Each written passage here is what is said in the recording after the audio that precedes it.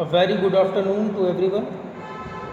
I welcome to all the students of LLB 3 year, 5th semester in this online lecture series which is on the subject law relating to women and children.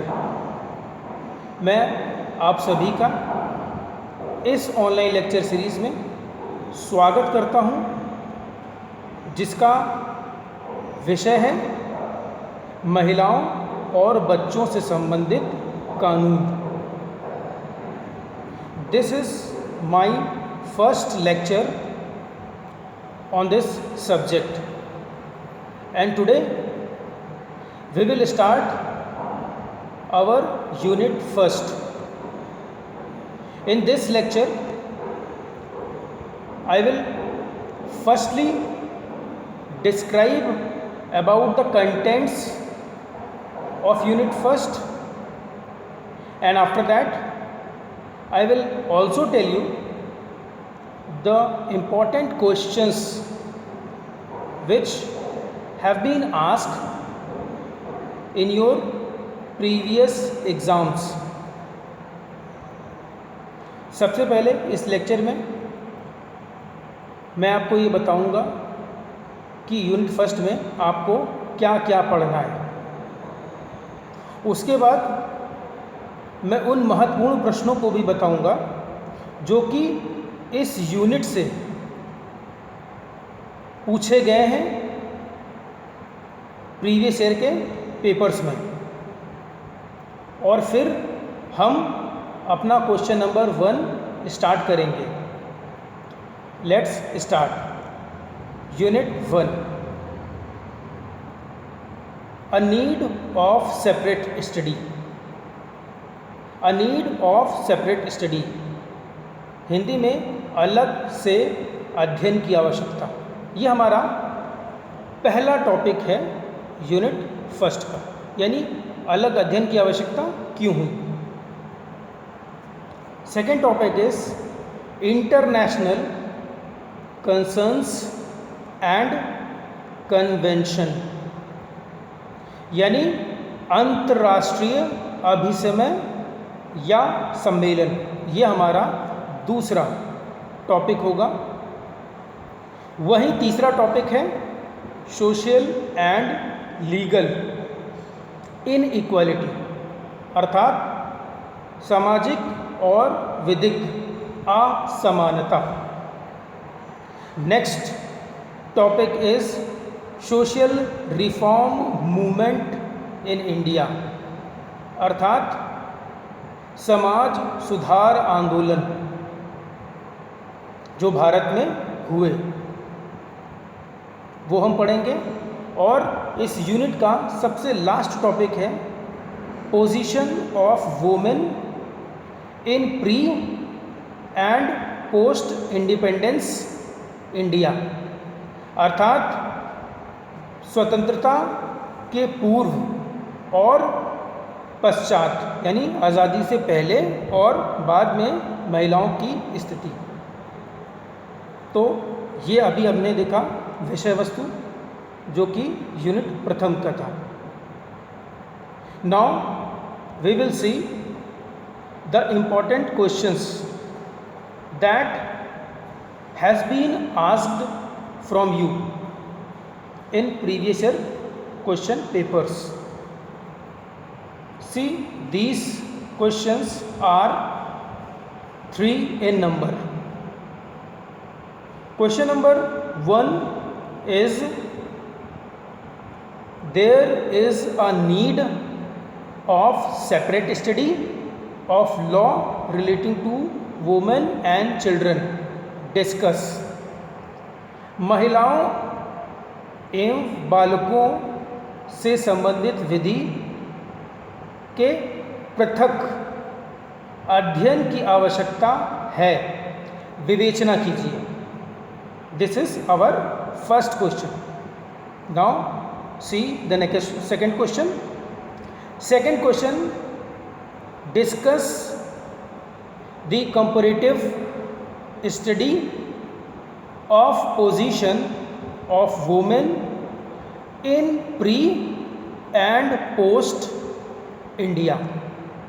Hindi में भारत में स्वतंत्रता से पूर्व और पश्चात महिलाओं की स्थिति का तुलनात्मक अध्ययन करना है। Our third question is, what do you know about the Convention on Elimination of all forms of discrimination against women in bracket CEDAW, CEDAW, CEDAW। Hindi में महिलाओं के विरुद्ध सभी भेदभावों की समाप्ति पर अभिसमय के संबंध के बारे में आप क्या जानते हैं? This is our third question. Let's begin question number 1 and this is on your screen. What is the need of separate study of the paper law relating to women and children. यानी अगर हम आसान भाषा में देखें तो यहाँ ये क्वेश्चन इस बात से रिलेटेड है कि क्यों हमें महिलाओं और बच्चों से संबंधित कानून का अध्ययन अलग से करना पड़ रहा है ना? इसमें ये पूछा गया है। तो सुविधा की दृष्टि से सबसे पहले हम महिलाओं के विषय में जानेंगे और फिर चिल्ड्रंस के यानी बच्चों के विषय में जानेंगे और फिर इस पूरे क्वेश्चन को समराइज्ड करेंगे, समअप करेंगे। Let's start. It is worth mentioning that women is not only creators of the world, she gives birth to a child and cares for health education etc. She maintains the child properly and makes the future of a nation। इसका मतलब ये बताया गया है कि महिलाओं की importance क्या है ना? यहाँ ये बताने की कोशिश की गई कि महिलाओं का क्या महत्व है ना? शी मतलब जो वुमेन है वो ही ये हमारी जो दुनिया है उसको बनाती है। हमारी दुनिया, मैंने कहा ये पूरी दुनिया नहीं, हमारी दुनिया को बनाती है, यानी हमारा परिवार है ना? बच्चों का वो जन्म देती है और उनका पालन पोषण करती है और वही बच्चे इस देश का उज्जवल भविष्य है। तो अगर आप देखें कि कितना महत्व है महिला का कि वो हमारे देश के उज्जवल भविष्य में उसका योगदान है ना? क्योंकि बच्चे का ब्रॉटअप यानी बच्चे का पालन पोषण, उसकी हेल्थ एजुकेशन, सब की देखरेख एक महिला पर ही होती है। तो इस हिसाब से हमें ये पता चलता है कि वुमेन कितनी इम्पोर्टेंट है हमारी सोसाइटी के लिए, हमारे वर्ल्ड के लिए, हमारे संसार के लिए। जब मैं हमारा संसार कह रहा हूँ तो इसका अर्थ अलग है यहाँ पर, है ना? हमारा संसार इट मीन्स हमारी फैमिली, और इसीलिए हम उनको होम मेकर भी बोलते हैं, होम मेकर, है ना? इसीलिए कहा जाता है because she is really important for our family and that is why she is known as home maker, है ना? तो महिलाओं की स्थिति बहुत ही महत्वपूर्ण है। But violence against women is regarded as a necessary concomitant of the generally oppressed position to which women are subdued in the social structure, patriarchal bias powerlessness and dependence have put them into a vulnerable position। ठीक है, तो यानी यहाँ इस line में हमें ये देखने को मिलता है कि वुमेन जो कि बहुत ही महत्वपूर्ण है हमारी फैमिली के लिए, वो स्वयं हिंसा का शिकार है, वो स्वयं उसके अगेंस्ट अपराध होते रहते हैं, है ना। और इसका बड़ा कारण जो है, वो जो बड़ा कारण है पैट्रियार्कल सिस्टम जो कि हमारी सोसाइटी में एग्जिस्ट कर रहा है ना। ये पैट्रियार्कल सिस्टम क्या होता है, इसको हिंदी में पितृसत्तात्मक प्रणाली बोला जाता है, सिस्टम बोला जाता है। यानी यहाँ पर सत्ता जो है पुरुषों के हाथ में है ना। इसी वजह से क्या होता है कि मोस्ट ऑफ केसेस में देखा जाता है कि महिलाओं के अगेंस्ट वॉयलेंस देखा गया है, क्योंकि सत्ता पुरुष के हाथ में होती है। ठीक है, इसीलिए कई बार उसकी फ्रीडम्स को छीना जाता है, उसके पास इक्वालिटी नहीं होती। और कई टाइम्स हमने ये भी देखा है कि उसको एजुकेशन भी प्रॉपरली नहीं मिलती, बिसाइड्स कि एजुकेशन का जो राइट है वो फंडामेंटल राइट है ना, बट फिर भी उसको एजुकेशन भी लेने नहीं दिया जाता है। और जब आप किसी की फ्रीडम छीन लोगे, उससे उस समानता का अधिकार छीन लोगे, उसको जो एजुकेशन मिल रही है वो छीन लोगे, तो ऑटोमेटिकली शील बिकम वल्नरेबल। इट मीन्स उसकी स्थिति जो होगी वो कमज़ोर हो जाएगी, वो दयनीय हो जाएगी, वो वीक हो जाएगी। And this is the main reason why the crimes have been committed against her. इसी वजह से उसके विरुद्ध काफ़ी अपराध देखने को मिलते हैं, है ना। अब आगे हम देखते हैं, law representing the letter should employ all means to curb the violence and protect the victim. अब यहाँ पर लॉ का काम क्या है वो बताया गया है। यानी लॉ का यहाँ काम ये है कि उसको ये जो वायलेंस, हिंसा हो रही है महिलाओं के खिलाफ, जो ये अपराध हो रहे हैं महिलाओं के खिलाफ, उनको कम करना है, उन पर रोक लगानी है। But you have seen that criminal law failed रहा है इस विषय पर।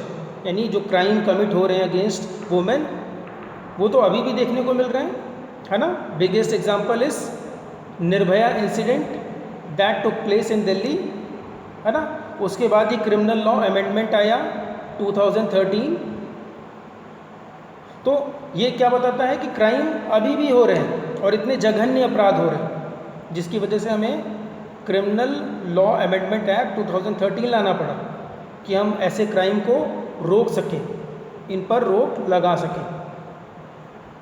लॉ का ये टास्क है।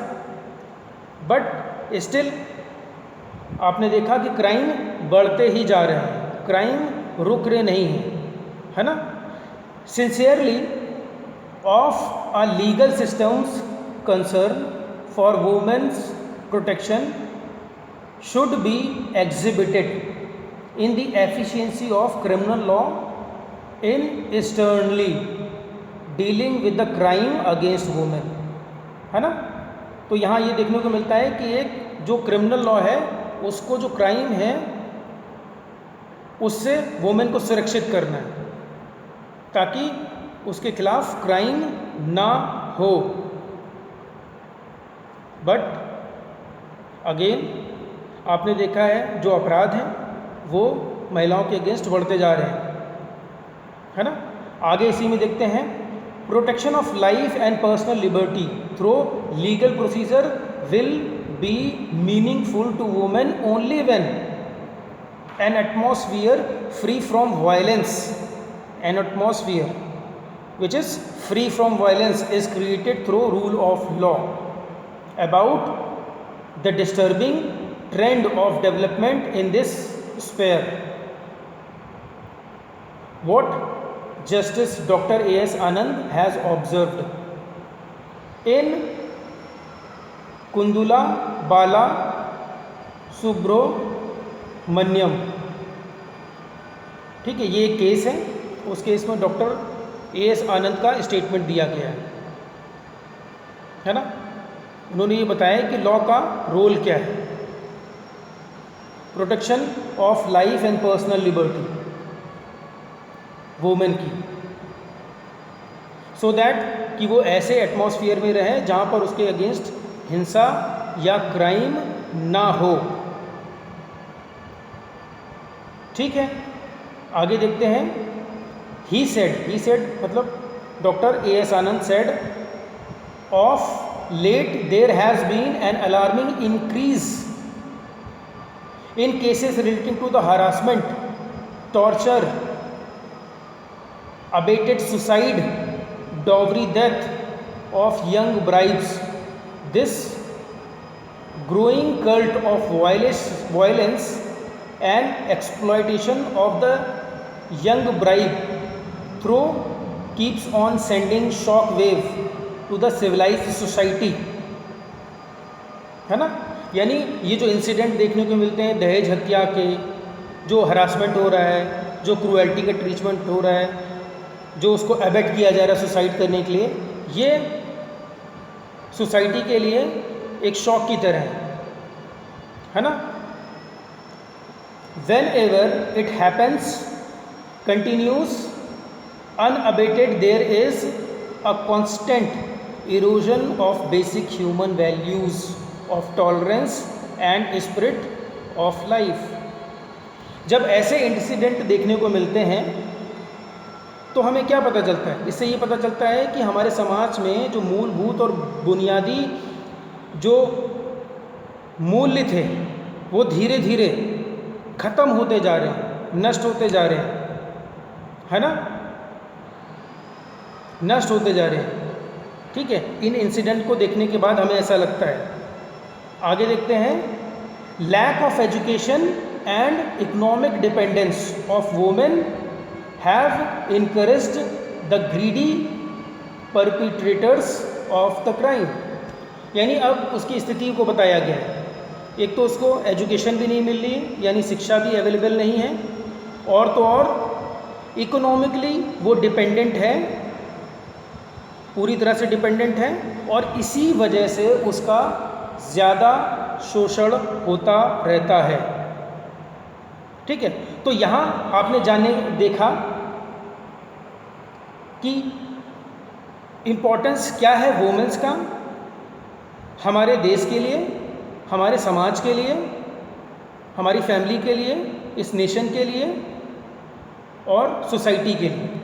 बट बिसाइड्स दैट क्राइम और वायलेंस के इंसिडेंट जो हैं अगेंस्ट वुमेन बढ़ते ही जा रहे हैं, and law is failed to protect them from these violence and crimes. Law fail रहा है। ठीक है, तो अभी आपने देखा ये स्टेटस ऑफ वुमेन वो कितनी महत्वपूर्ण है समाज के लिए, but still she is vulnerable. वो अभी भी दयनीय स्थिति में है क्योंकि प्रॉपर इम्प्लीमेंटेशन ऑफ लॉ नहीं हो पा रहा है, क्योंकि पैट्रियार्कल माइंडसेट है हमारा। अभी भी हम पितृसत्तात्मक जो सोच है हमारी उसी में बंधे हुए हैं, और उन्हीं वजहों से महिलाओं की स्थिति दयनीय बनी हुई है। ओके, नाउ जो हमारा नेक्स्ट टास्क होगा दैट इज़ कि चिल्ड्रन का क्या इम्पोर्टेंस है और क्यों हमें लॉ रिलेटिंग टू चिल्ड्रन को अलग करना पड़ा। अभी हमने वुमेन के बारे में जाना था। नेक्स्ट लेक्चर में हम ये जानेंगे कि इम्पोर्टेंस ऑफ चाइल्ड एक सोसाइटी के लिए, एक नेशंस के लिए क्या है, and then we will sum up this lecture. Thank you.